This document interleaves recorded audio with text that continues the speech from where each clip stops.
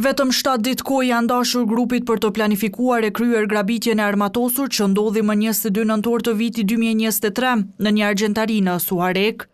Në aktakuzën e ngritur nga prokuroria themelore në Prizren të siguruar nga Dugagjini tregohen veprimet e Korabgashit, Bujarbashës, Besartit Strefit, Leotrim Cakollit dhe Trim Barakut para dhe pas grabitjes.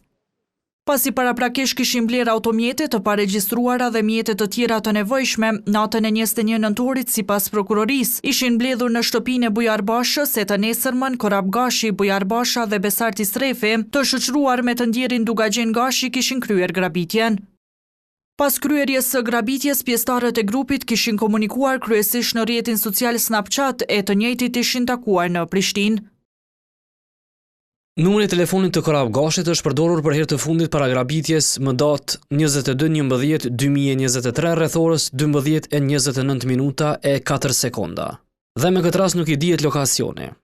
Pas grabitjes, ky i pandehur e ka përdorur për herë të parë telefonin e tij, më datën e njëjtë rreth orës 20:05 minuta e 40 sekonda.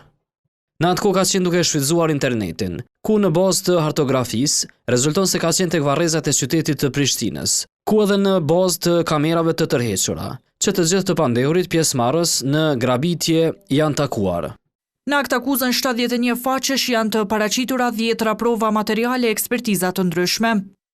Aty janë edhe dëshmitë të dëmtuarve e të dëshmitarve që kanë rrëfyer atë që kishin përjetuar ditën kritike më 22 nëntor të 2023-s. Disa nga pjesëtarët e grupit kishin të kaluar kriminale e në dëshmitë e tyre kryesisht kishin thënë se me njëri tjetri njihen nga burgu.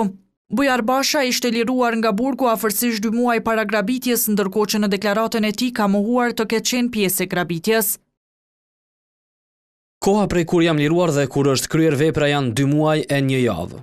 Në atë kohë unë kam qenë duke krijuar një rreth shoqëror për mua. Për këtë arsye jam takuar me këta persona, edhe ata duke i kryer ceremonitë fetare dhe duke bërë sport, pra duke lozur futboll. Unë konsideroj se arrestimi im është bërë për shkak të paragjykimeve për të kaluarën time kriminale, dhe që ka ndodhur kjo vepër penale në Suharik, nga komuna prej ku unë kam prejardhjen edhe për shkak të presionit mediatik. Në grabitjen e armatosur kishte mbetur i plagosur edhe një pjesëtar i policisë së Kosovës, ndërsa vlera e dëmit llogaritet të jetë rreth 200.000 euro.